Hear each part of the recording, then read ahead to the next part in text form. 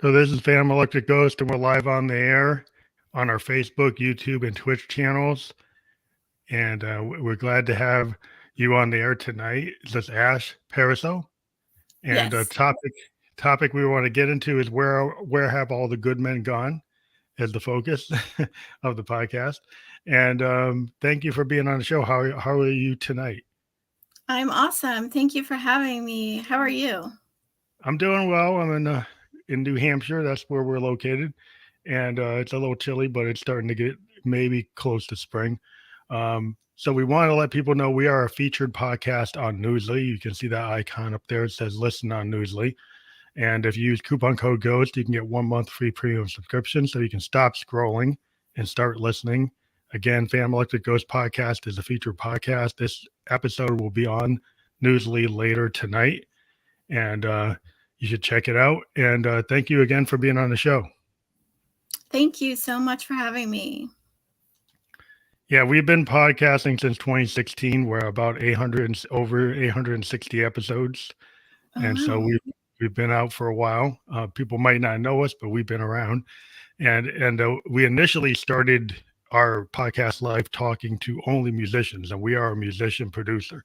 But we decided to go more expansive and include all types of folks. And since last year, we've expanded into life coaches, therapists, mentors, CEOs, authors, film directors, all kinds of people. So we're glad to have that kind of diversity all over the map, but that's the way we like it. Awesome. Well, congratulations on expanding your audience and your guests as well. That's pretty cool. Yeah. So at the topic, as we said at the top, is like, where have all the good men gone? And you've been working as a certified dating, relationship consultant and professional writer.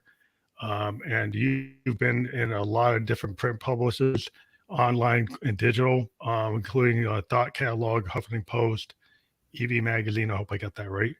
And a relationships editor for Hope Magazine, and a blogger, virtual assistant for the UK's premier matchmaking website, Cupid in the City.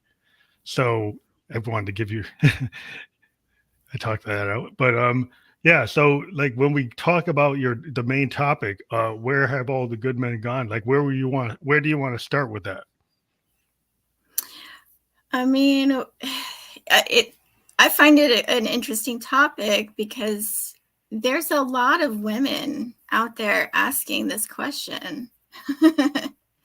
And obviously this is, it's an issue that women want to know, like, where are good men? Like, what happened? What's going on? And how can they find them? So I like to, help out and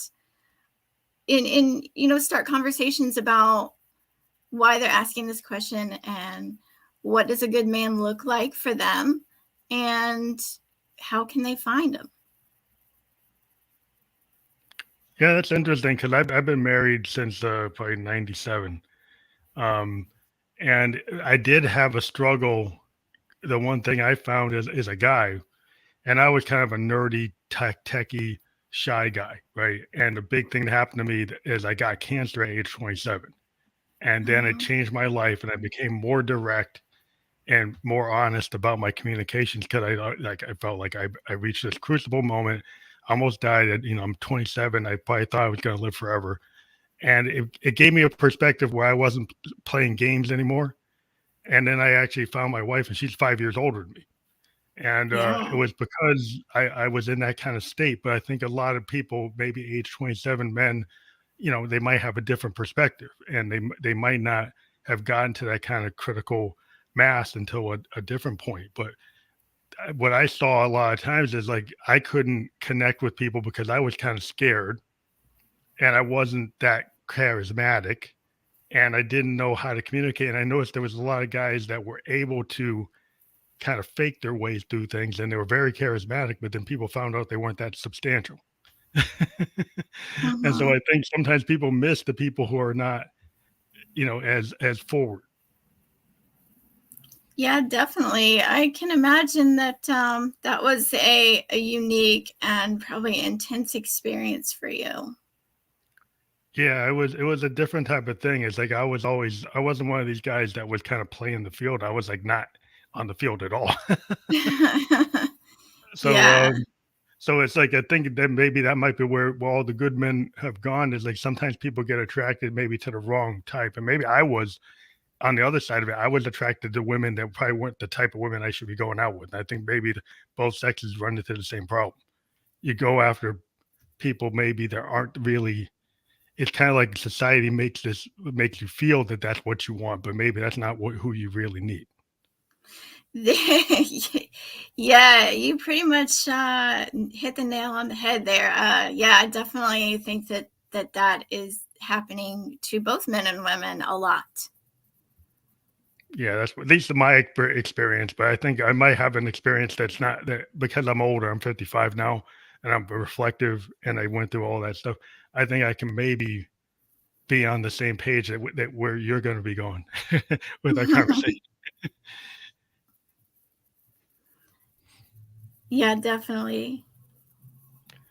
So yeah, I mean, one of the things that you mentioned in your thing is like women are fed up not being able to find a decent man, and and there's a lot of men that take advantage. You know, there's a lot of men that says, okay, they just want to.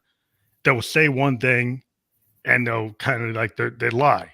They just flat out. They're just lying. They're misrepresenting. They have a mask on, and yeah, and people get pulled into that. Yeah, they do. There's a lot of confusion, a lot of people misrepresenting themselves as well. So it's definitely hard for both men and women, I think, for different reasons. Yeah, because I mean everybody's got this idea of like what I found is like I was into romantic poetry. I'm a musician, right? So I'm gonna write these idealized poetic songs, right? They're always kind of like, okay, I'm trying to find that perfect thing, or you're trying to create like this romance, or you're doing sad songs. And sometimes you just end up creating this false imagery or this thing that's not approachable or not realistic. Right. So like it's not it'd be like a romance novel or like reading an epic poem is like, well, life isn't always like that. And then people get disappointed because they built this thing in their head and it's really hard to actually match it in reality. Yeah, definitely. I don't know how much men experience that, but I know that women go through that experience a lot, like big time. Um, and I know for me too, like, and I've been guilty of that too, where, I have a very big imagination. And it's like the fantasy of someone can develop in your head completely based on your own ideals about what you want to happen and about how somebody is. Like you can meet someone and they can be a certain way, and then you go home, like say you go on a date with them, and then you go home and you start creating all these narratives in your head. Mm. And so much of it is based on uh, phenomenons and personalities and realities that maybe aren't even true. So it's like all this is developing in their head, and then they build up these expectations based on their own fantasies. And Mm. then like you said, it kind of trickles down where as time goes on and they actually spend real time with people, and the next thing you know, they're starting to realize that the reality of who this person is that they're seeing doesn't live up to the fantasy. Yeah, that's always disappointing. 'Cause, it's like, a lot of guys, we want this idealized woman, like a perfect woman, right? So she's, a little Marilyn Monroe, a little, June Cleaver. This idea is I think, I'm old fashioned kind of concept is like, oh, you want both, right? You want somebody to be a good mother, but you also want somebody who's going to be kind of alluring. And then, well, how are you going to reconcile that in the same person?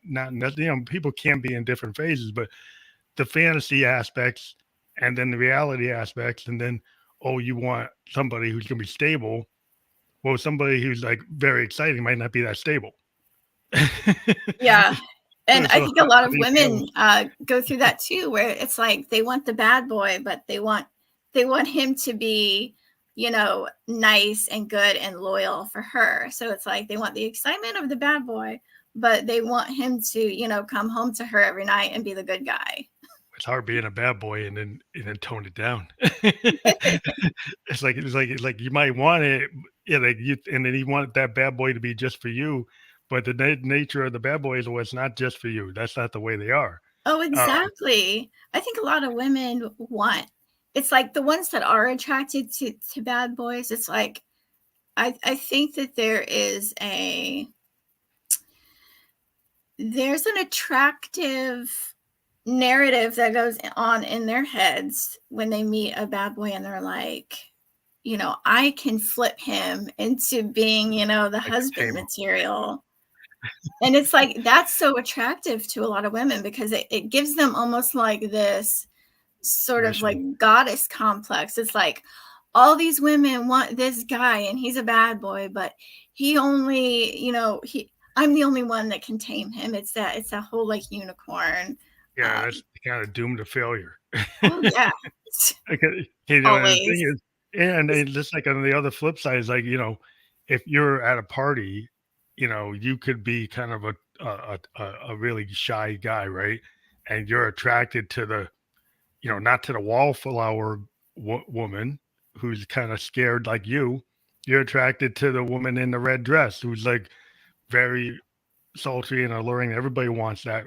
The like the prettiest girl, the prom queen, the homecoming queen. And how many people can actually get her, right? And if you Exactly. actually are with her, do you really want her? Because does she have the depth that you really want? Is she exactly what you think? Because some of these, all this surface kind of thinking is like at the end of the day, you have to be with somebody. You Exactly. have, And you have it's to have a real relationship, and then all that fantasy stuff kind of mask the realness of like what life is. yes, it's so true. I think so much of, relationships when they start like that and it's like you meet someone and maybe like you said, you don't even have to really know them. Like you see someone at a party or out somewhere and it's like they look so attractive and all of a sudden all these Hollywood dreamy ideals, start festering up and it's like you really have to learn how to separate the fantasy and the ideals from the reality. And some people, I think, have a really hard time doing that. Yeah, and it's also hard to be honest. What I found is if you're like, if I didn't play games and I was like, like the bad boy can flirt and play games, right? And I would be direct at some point, and then that didn't work. It's like actually not calling her back or making her confused or that not being clear was draw. I would see all these women getting drawn in, and I had girlfriends who were friends, and they tell me how like they're so upset about guy X that's like they don't know where his head's at, they don't know where he is, but they're just totally obsessing about him. But they're talking to me about Mm-hmm. how they're obsessed, and I like them, and I'm like, well, I guess I'm not going to make it because they like John X. And it's Yeah. like, and it's like the disconnect is like they're having this really heartfelt conversation, telling me everything like their girlfriend, but they Mm-hmm. can't tell him that. And that's like that seems to be to me the disconnect is like maybe that's why you can't find the right guy because the guy you're talking to as your friend, maybe you can't have that conversation with the guy you're actually pursuing. Yeah, because so a lot of those type of guys, they're emotionally unavailable. So it's like you're the one that they can have, those friendly emotional conversations with, and they feel comfortable opening up to you. But it's like some people are just emotionally cut off and they're not going to respond or not going to respond like the way you would hope that they would. And it's like you start to get a feel for who you can open up to. And I think that there is like a almost like this um it's almost like a cat and mouse type of thing. It's like there's a part of human nature that kind of wants what you are Can't. beginning to understand that you can't have. And it's like that just makes you want it even more. Yeah, and the thing is, like, once you actually make yourself like less dangerous, less of a bad boy, and more approachable, then sometimes what I found was women would see, well, you're actually a nice guy, but I'm not actually attracted to you, but I feel comfortable with you, to the point that I'll talk to you like I talk to my girlfriends. But then, like, that problem I have found over time is like I had knew a lot of women I really liked and wanted to pursue, but they all thought of me as their kind of friend, guy friend. And, Hmm. it never really would ever worked out because they can never see me at John X. And I'm like, wow, that's weird. But I found that it's like over and over. I was like, that's really, it kind of stunk. It was like they really, like, it was like, why? Why is it like that? Yeah, it's definitely it's it's complex the way that we, move through attraction and balance that with the emotional relationship that you have with somebody.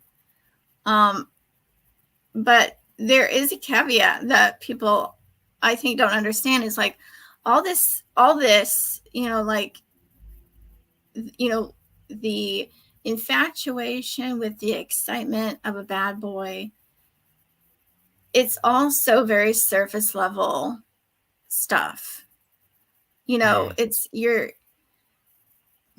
when it comes to like a real long-term partnership, that's almost like a different ball game it's a entirely. different world. It's a totally different world, and Yeah. it is because there's like there's responsibility, there's trust, there's like vulnerability, there's actually, honesty. And a lot of people, I think, in life, the problem is like if you look at it, they say sometimes you're not ready for that, right? If you look in the mirror, like, I'm a sociology major, and I took some psychology, but the idea was like if you look in the looking glass and you're trying to solve it with somebody else, or if you have this idea of idealized love, you're looking for somebody to save you, that's not going to work, right? Because you actually have to love yourself before somebody's going to save you, right? So if you're always looking for somebody to save you, or you're going to change them, or it's always going to be some kind of thing like that, and it's not actually like that you're ready for it. I find that that's the problem, at least for me. Yes, that is so true. I think there are a lot of people that, that they want, it's like I mean, it's, you can't blame them for wanting that, for wanting, to be in a loving relationship with someone. But there are relationship skills involved with maintaining a real healthy relationship. And I think a lot of people, they don't give themselves the time to develop those skills. And a lot of them, I mean, I guess, there's no class for this, right? There's no Yeah, class for yeah. relationships. It's kind of just one of those things where it's like, you have to really, but I think there are opportunities for you to give yourself the space and the time to develop yourself, to understand who you are, to understand what type of partner you want, and to really be mindful about what it is that you bring to the table to them and what it is that you want. Like, it's an exchange, it's your Hmm. partners. It's like, what do you want? Do your values line up? What are your goals? What is your short-term goals, your big picture goals? Do those align? Are those compatible? What's your personality type, and what type of personality do you get along with best? Are you an introvert or extrovert? So many different things, that is you we all just get to, we get to figure it all out as we go. And I've done that myself too.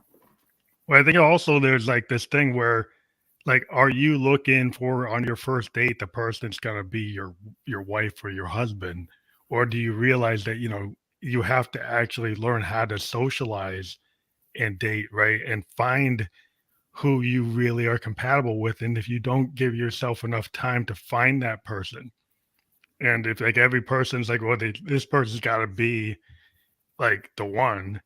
Well, what if they're not? It's like, it's like you. How could you know if you don't actually discover like who are you compatible with? Like in terms of in some places, like you might not be given because of culturally. As soon as you start dating, you might be in a situation where they want you to. Oh, that's the one. And then you don't give Hmm. yourself enough room or enough time to actually know the difference of whether that's a positive relationship or not. Hmm. Yeah, definitely. And what I see happening a lot is there are women who, especially the ones that complain about there not being any good men left. I see them idealizing these men that are like what we consider in our modern culture as high value. Mm, So high value men are usually the idea that people have are men who are pretty good looking. They're high value as in like um they have higher income, and they probably have like a high status job, like maybe they're a doctor, a lawyer, CEO of some kind. yeah. So all these things in a person, in a man, are good. But what about, you can be you can be all those things. You can be a good looking, wealthy man, but he can still be a piece of crap. Yeah. For the He can idea. still be an undesirable partner. And I Yeah. think You can have, that it's two yeah. different Yeah. criterias. There's, there's the high value man. And I actually have an article on this. It's understanding the difference between a high value and high quality man. So there's high value, which is more built on an idea of external factors, what I just talked about. And then Mhm. there's the high quality man, which is built more on his internal, his personality, his attitude, worldview, his character. Yeah. Those things Because, might get missed because, like, if you're somebody, it's not like an alpha guy, right? Right. And the mhm, problem with some of the high value targets that they're going from kind of a capitalist or Calvinistic or, monetary measurement status, right? If they're like, they might have been in frats that actually did not think of women in a very positive way, right? They might be in those kind of boys' clubs or men's clubs as they get to these levels and they don't actually look at women in the way women would want them to be looked at. And so they got some bad habits. Because I went to some pretty good schools, like, me and my brother. I went to Bowdoin. My brother went to Harvard and went to Brown. And some of these guys from these high level schools, everybody thinks that they would be the right person, but they might have some really bad habits, some bad type of cultural things that they've been taught and handed down, and they think it's okay. And mhm. and those things get missed because they're driving the Mercedes, or they're on the golf course, they're in the country club, they got the $1 million house, but you missed like the character of the person. Yeah. And I see a lot of women, they're like, "Oh, I met this awesome guy and he's got this high paying job and he's attractive." And it's like, okay, that's great, but and like what else? Like, who is he? Do you know? Is he a good person? Is he a potentially desirable partner? Like, and I think that that's the thing that a lot of women miss in this conversation about where all the good men is. what what is a good man? I mean, does he just look good, or Hmm. is he a good person? Is he a good Yeah, partner? it's a kind of like more object. Like if you look at like subjective, objective, but also in society you've got these kind of great gradations of like like, I don't know, upward mobility is, oh, that's always going to be thought they're going to be morally correct, and that's not necessarily true. So somebody that's more in the middle ground, or somebody that worked really hard for up and maybe doesn't have all that pedigree, but they have maybe like they have like I don't know, they have these ideas in life that are more about like in terms of your just like I don't know, just the concept of more morality, and it's different levels. It doesn't mean that there's a religious person, but they might have a certain moral code that the other person doesn't have. And Mm-hmm. it might mean that they're not going to do something that's going to hurt people. And the person that does something to hurt people, they can make a lot of money. It doesn't mean they're a criminal, but they could be making a lot of money and they don't care how they affect people. And this other guy could make 1/10 of what that guy makes, but he has a different moral code. And if Mm-hmm. you don't measure that person and say, well, he's only making 150,000, this guy's making 1.5 million. If Yeah. you totally disregard that guy because he had a moral code that said I didn't want to do those things, then you might be missing the boat. Mm-hmm. And you got to look at those things too. It's so important. And it's like so many women, especially, are like, oh, well, they were, I had this great guy and all, and it's like, okay, but did you see the red flags? Did you, evaluate his personality, his character, his attitude? Like, he makes a lot of money. What is he doing? Is it morally sound? Is it ethical? And it's like, I think so many people do not properly evaluate these things, and then they wonder why they end up with somebody who is a liar, who is maybe borderline on criminal activity, who is a narcissist, who is a cheater, who has like this whole other life that they never told you about. It's like, because it's not like it's their fault, No, but you do have to look for these things. well, It's just also all it's part of the evaluation process. yeah, because the trigger is like, yeah, he takes you to the really nice places, he buys the expensive gifts, can bring you on the boat, on the yacht, can take you to Bermuda, can do all these cool things. But then when you really start, do you ignore when he's like not empathetic? Do you ignore when he does very harsh things to people? And do you ignore that because he took you on the yacht, because he took you to Bermuda, because he took you to the 5-star restaurant? Do you ignore how he treated the waitress or the waiter? And you just ignore, if those things start building up and they start adding up, but you say, Mhm. oh, I don't got to deal with that. I have to really think about it because, oh, he took me to the 5-star restaurant. But what if he just totally was abusive to the waiter or the waitress or the other staff? That could be a kind Mhm. of a clue, but if you miss it, you kind of got to read those things. Yeah. 'Cause, Yeah, that says so much. It is so true. I find it unfortunate, in my, coaching space, there's so many women who are so focused on this whole, get your provider man type of mentality. And it's like, I see women who are like me, who are coaches like me, who have YouTube channels, and they're like, find a man who's wealthy and then get with him and he's going to spend all his money on you.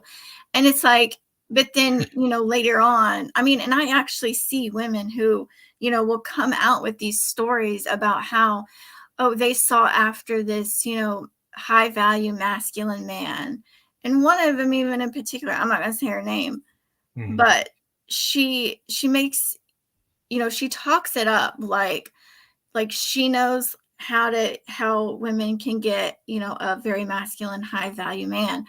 But she also has an hour-long story about how she was abused by an MMA fighter that she was seeing.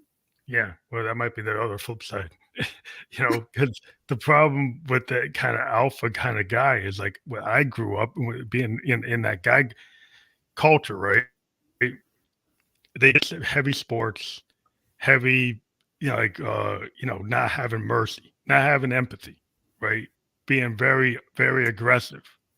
right? And if they get into that super aggressive, sports oriented, and then not empathetic. And this is why I mean, because you could be sports empathetic, but you're empathetic. But like if you're the kind of a sports guy and you want to like kill the other team, right? Like you don't have sportsmanship. So there's something about being a gentleman. Like being a gentleman is you have sportsmanship. You're not rude. They, but people have kind of given a pass to these kind of alphas and say, oh, it's okay if they're rude. It's okay if they're not empathetic. It's okay if they're kind of harsh because they're tough. And I was like, well, is that really what you want? Yeah. And it's, yeah, that frustrates me. It really does. Because it's like, and there will come a point where they regret that, because it's like, at first it seems like, oh, he's masculine, he's tough. But then you get in a relationship with someone like that. And then it's like, what are you going to do when he turns that attitude onto you? Because it usually happens that way. And the next thing you know, it's like, oh, well, I don't have a job because I was dependent on him, and I live with him, and I don't have any money. So like, I can't get out of this abusive relationship. I mean, I've seen this so many The times. codependency, that can Yeah. happen at all kinds of levels just because what I've seen is sometimes people are drawn to power, Hmm. whether they're men or women. Like people can get drawn to power. Right? A guy could get drawn to a very powerful woman and end up kind of getting into a codependency that's not that different than a woman being in the same kind of scenario. It depends on the personality of the person. So if the guy isn't that assertive and he's not that aggressive, he could get pushed down in the same way psychologically. It can happen. So the thing is, like, you just have to think about, are you you're going to have that kind of codependency, or what I call, like, one of the things I wrote a song called ascending into darling mode. And the idea I came up with as a poet and a writer was, everybody talks about falling in love. And I said, well, right from the start, that sounds codependent, because if you're falling, then you're not equal. You're pining. Something wrong is happening. You're basically, you're not at equal footing. You're kind of not ascending together.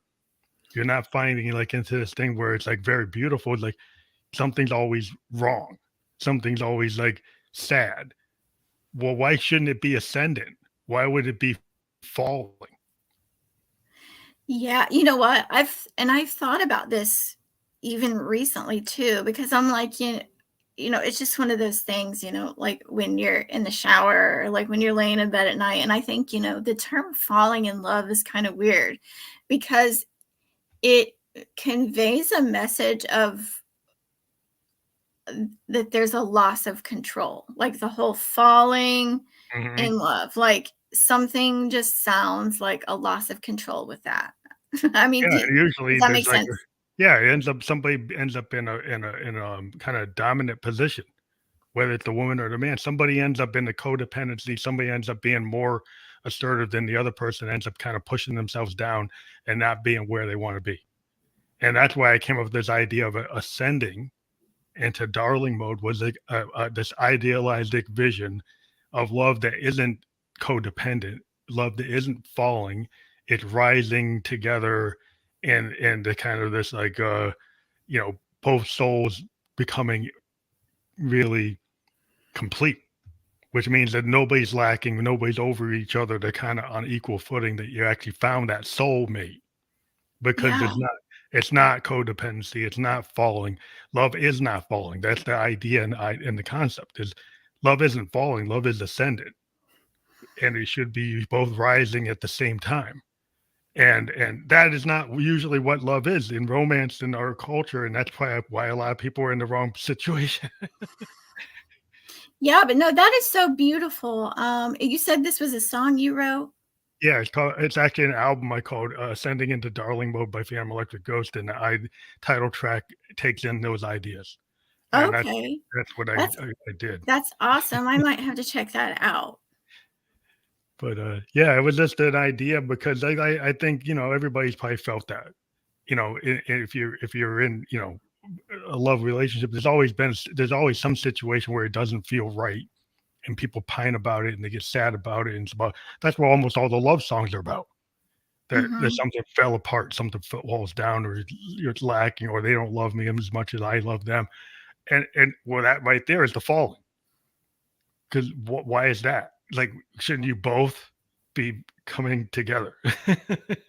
Yeah, in grown-up healthy relationships, you empower each other. You help each other grow to, like you said, ascend. I mean, that's what it's about. And so many people miss this. And it's like there's, and I think that a lot of attachment theory is true as well. It's like so many people get caught up in these insecure attachments, and they get really hooked on just getting something that they think is ideal, and if it's something that they think that they can't have, and it's like they become addicted. It's almost like an addiction. Yeah. Actually, it is an addiction in a lot of ways. um and So that's why I think so many women is struggle, because men and women have the same emotions. However, the difference there is that they process emotions differently and they express emotions differently. I yeah, think a lot of women lead yeah, with their definitely. emotions. Most men are taught not to actually be expressive, but when you're a creative guy, if you're a poet or a musician, you tend to be a different than the average guy because that's what we do, right? As a musician and a poet and a writer, we open that wall, we open that boundary, and we get more in touch. And a lot of what I do is I try to get in touch with my male and female sides, the left and right side of my brain. It's just the nature of being an artist. So you tend to be in a different position than the average Joe talking about the Yankees or the Patriots or something. That's not what where our heads at. So I think it's a different type of situation. But I do agree most guys aren't really trained or taught to think in that way or talk in that way or communicate that way. Mhm. And I think that that's why I personally have always been more attracted and drawn to men that are, you know, creatives, the musicians, the writers, the poets, the artists, the photographers. Hmm. I love, like, I don't know, there's just something that's been so attractive to me Hmm. about men in those spaces, because I think, like you touched on it, is they learn to express themselves in a way that a lot of guys don't. And I've always like, it's almost like this, you can tell that these type of creative men have depth, and they have, they're expressing themselves, so there's something about them that signals, at least to someone like me, that it's like he could be a good boyfriend. Whether we're willing to open up, yeah, but the nature of a writer or every songwriter is we open up our heart to the whole world, right? Hmm. And we tend to be like that all the time. Right, and we can get hurt because most guys don't do that. Most guys will try to hide it and mask it and put all this like machismo over it. And the nature of being an artist or a poet or even musician is that you have to find that in order to be successful as an artist. You have to have that vulnerability and be willing to actually show it. And then it becomes easier to actually show it to other people because it's just Hmm. part of how you operate versus the type of other person is trying to like put layers and layers and layers and hide it. Because you're kind of told that's the way you should be as a guy, that's the way that you're successful. And a lot of men are successful doing that. But at the end of the day, they probably aren't as successful in their relationships because they confuse being successful in business or sports or something else with actually what is necessary to have a real connection. Hmm. Yeah, definitely. Everything you said is so true.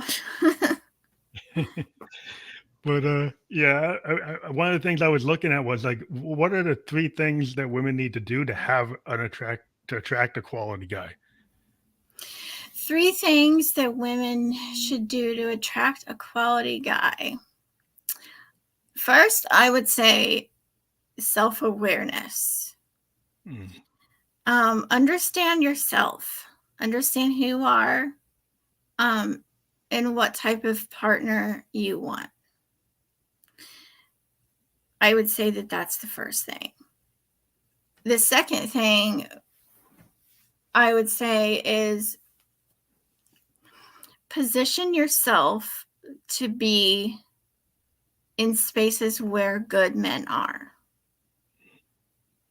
You know, you can find a good man in a lot of different places, but you also have to be, you know, you also have to cultivate a good life yourself. I mean, I think in a roundabout way, I'm trying to say when you are a good woman yourself, it's Hmm. much easier to find a good man. Oh yeah, I can hear that. Well, it also could be like if you're going to the disco, you're going to the bar, going to the nightclub, you're gonna get the type of people that are in those places, right? If you go, Exactly. if you go to the coffee shop, you go to the comedy store, you go to a place where you're cycling, you're exercising, you're walking in the woods, you're doing something that is not what those other things are, right? You might find somebody, a like-minded person, like doing open reading poetry, right? Mhm. And then like, well, then you're probably gonna find people who are more open and talk, or painting. You go to galleries, you go to art things, you go to plays. You're gonna find different type of guys. They're Yeah. going to watch plays versus the guy that's at the bar. Yeah, and I think, it's not impossible to find a decent guy at a bar or on Tinder, Yeah, but yeah, but I maybe wouldn't recommend. I just wouldn't recommend it. it's not Um, impossible, but you're yeah, probably highly likely to find certain types of people. I would recommend other places, coffee shops.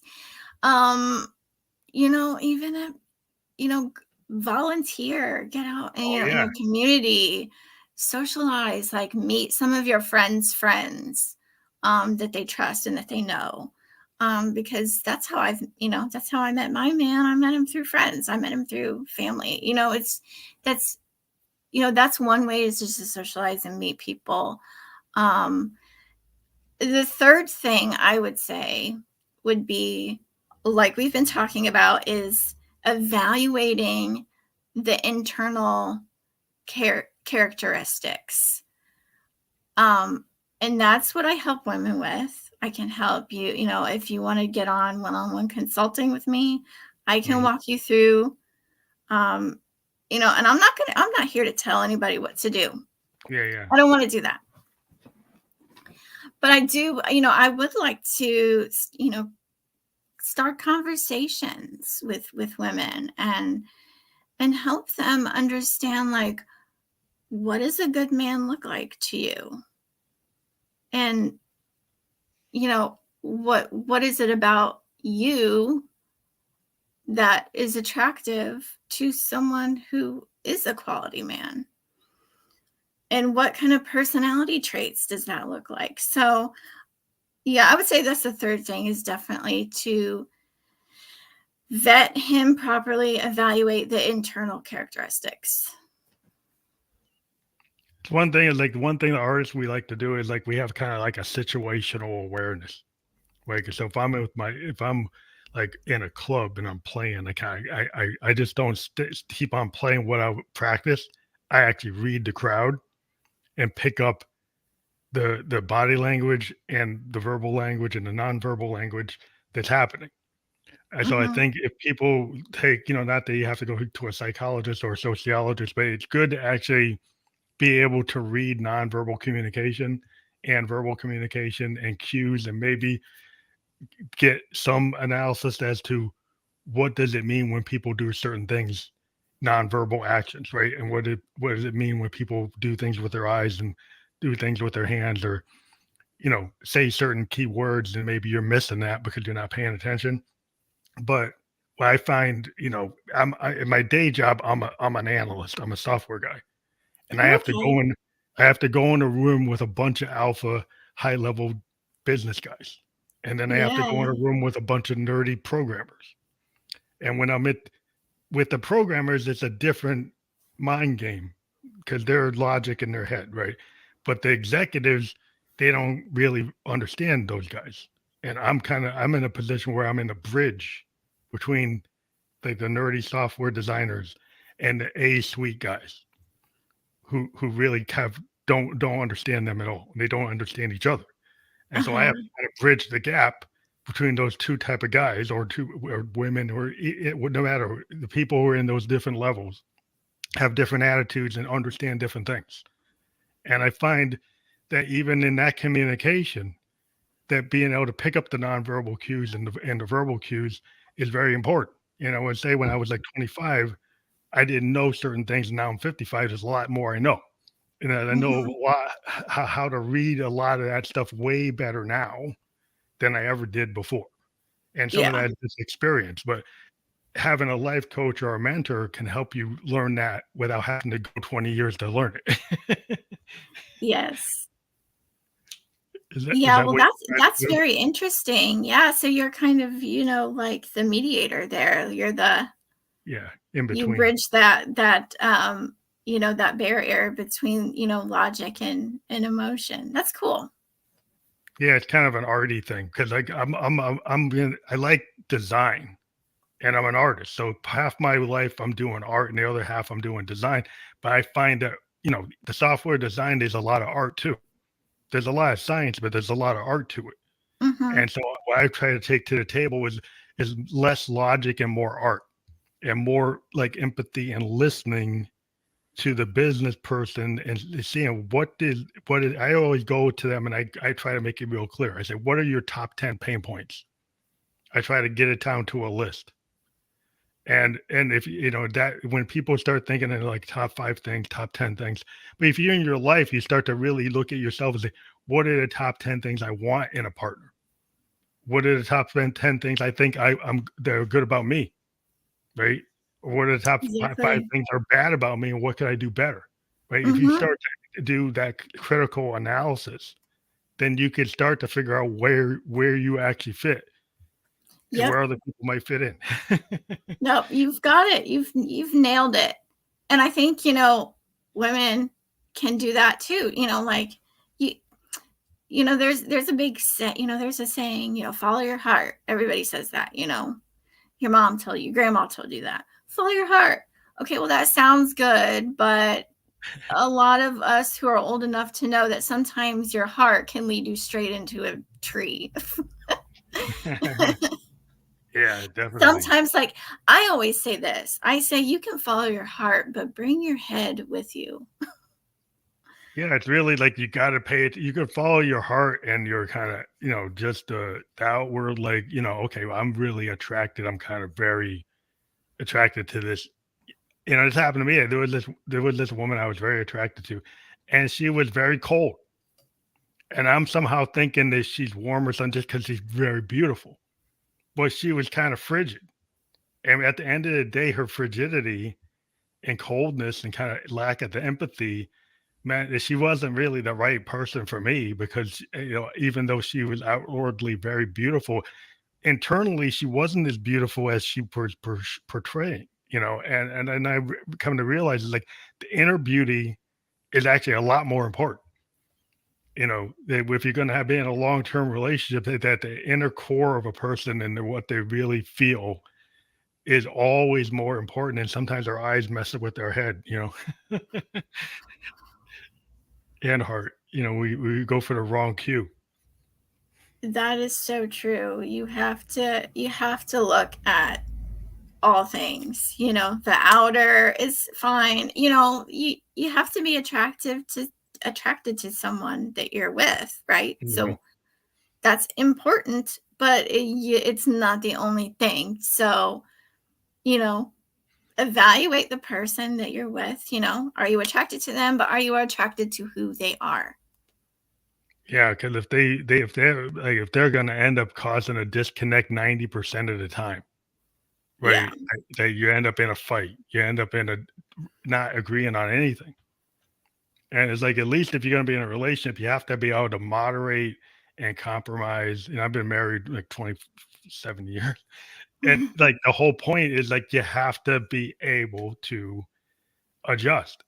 I can't Oh just yeah. have it my way. All like my Oh papa no. was, the old timer.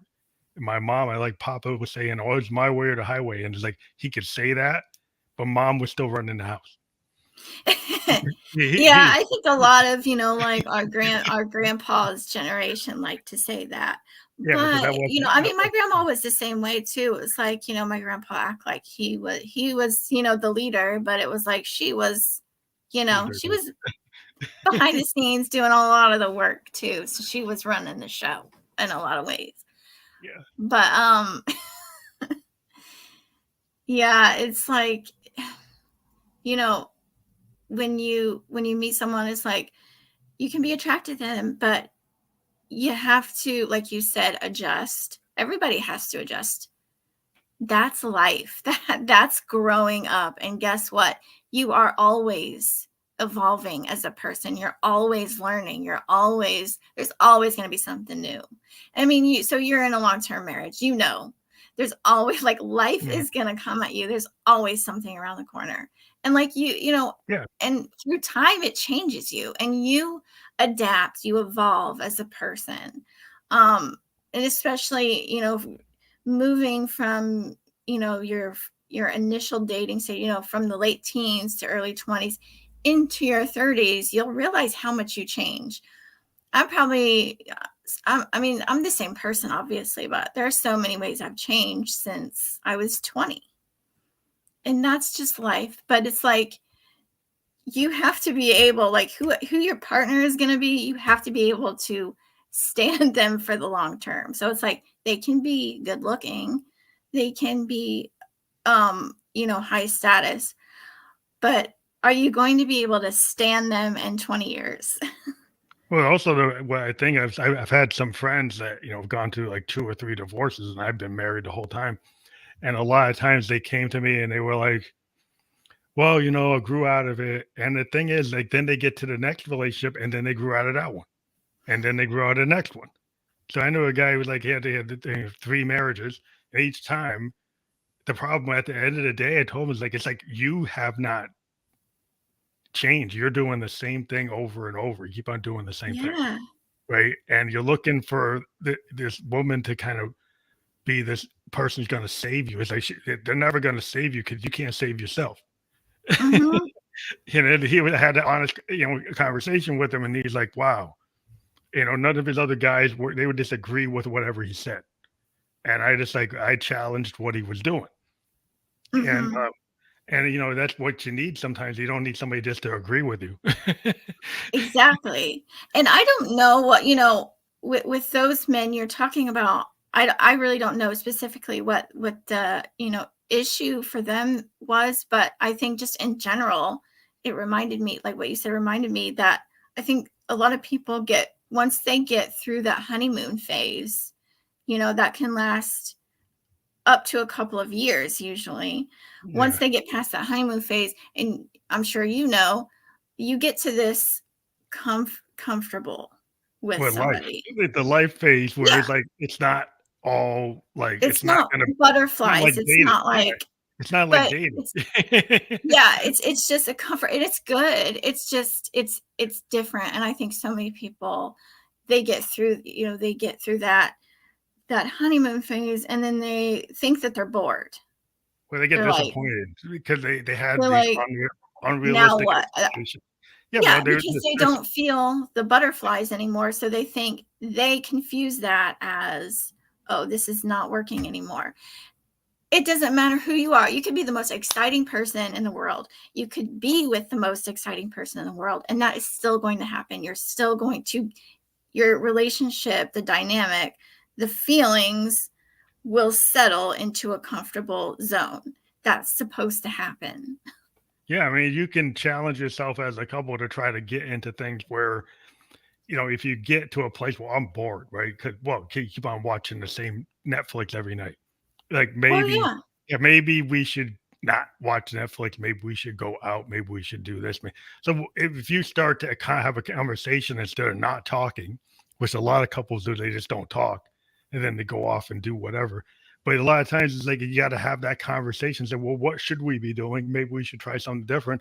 And over time, if you're going to be in a long term, there are going to be these peaks and valleys where you go and you were stuck in a pattern, and then maybe we got to get out of it.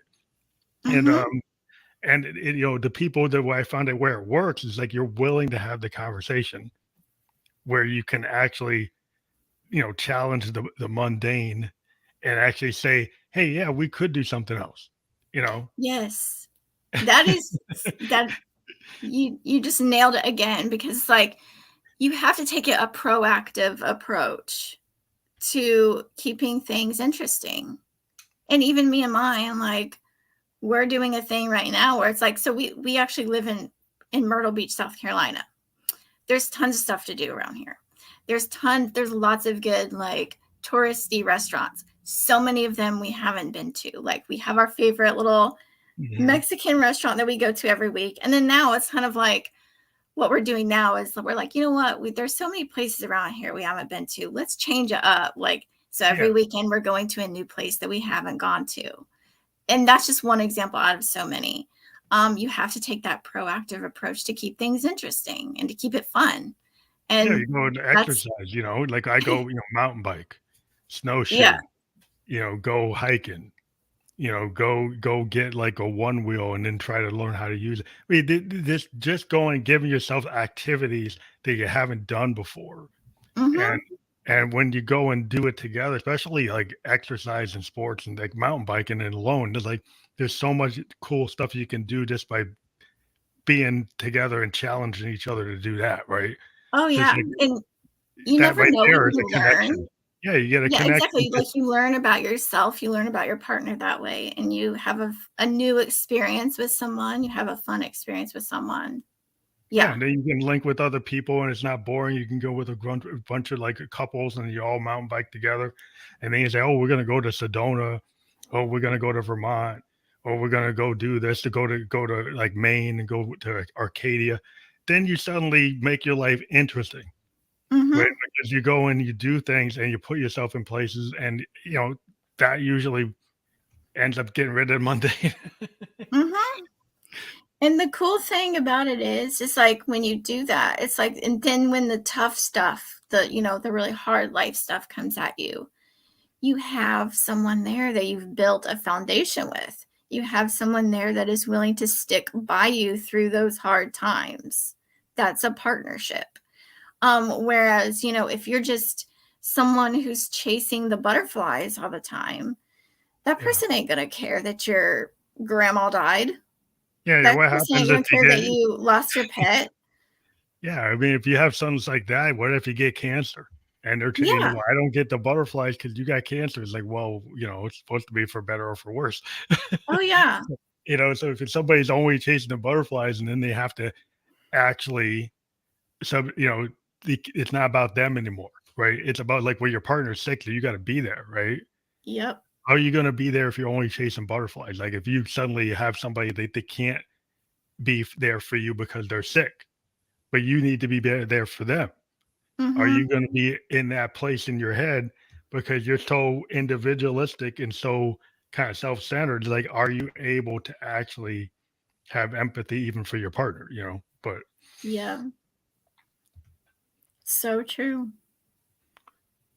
I think this has been a great discussion because I think it's a problem that a lot of people have because a lot of people, have kind of lived in these kind of made up like idealized visions of what they think things should be, and then it's not, then the butterfly thing. So it's like, how do you get yourself to, and then you can still be happy and you can still get butterflies in different ways. Oh, yeah. Yes, definitely. I mean, honestly, it's been 15 years. We'll be at 16 years in September, and I fall in love with him more. There's that term again. I love him more every Well, day. No, but seriously, I that's do. what I that's love him more every day. well, that's the place you want to be. So that Yeah. you're in a good place to actually show people because you're living it. Like, so I think a lot of times, like if you've lived through something, like I've tried to tell people going through cancer, I can tell people how to kind of like navigate that.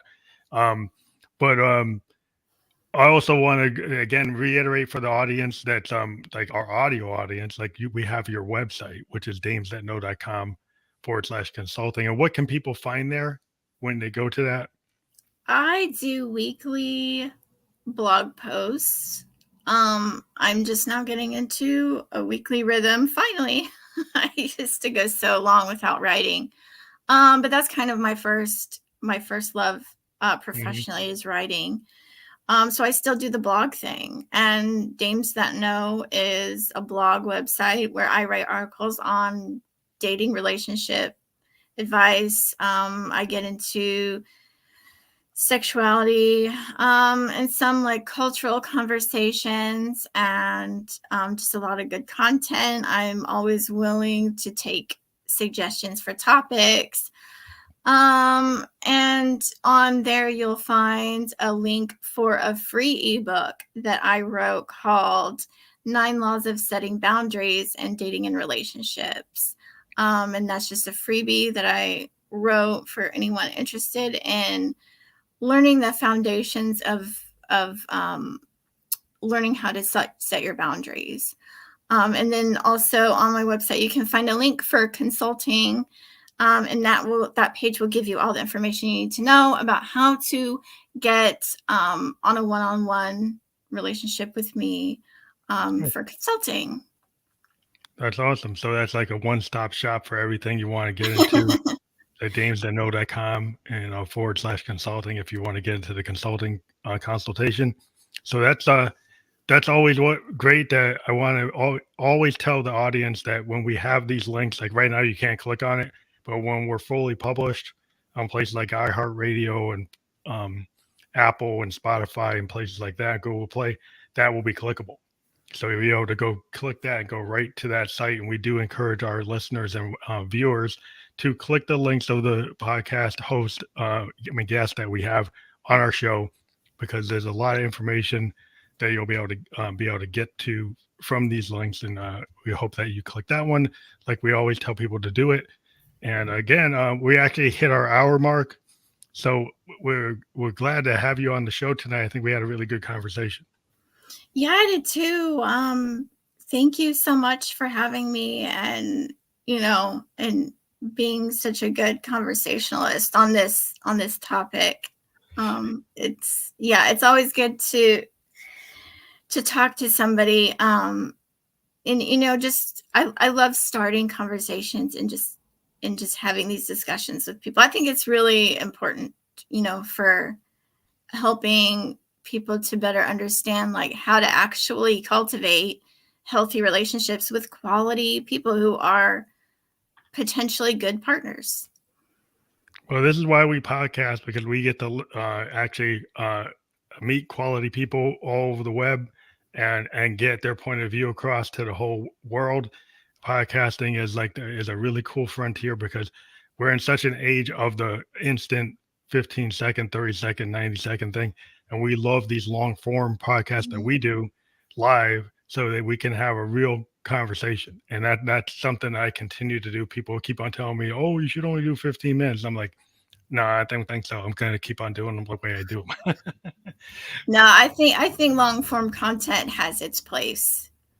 Even on, today's short-term memory, the short-term attention span internet. Yes. I do. And I really appreciate it. So I love these long conversations. But thank you. And again, everybody check that website out. And thank you for being on the Fam Electric Ghost Show. And hopefully in the future, we'll have you on again. We do have a lot of people come back for our second interview. So thank you again. Have a great night. Thank you.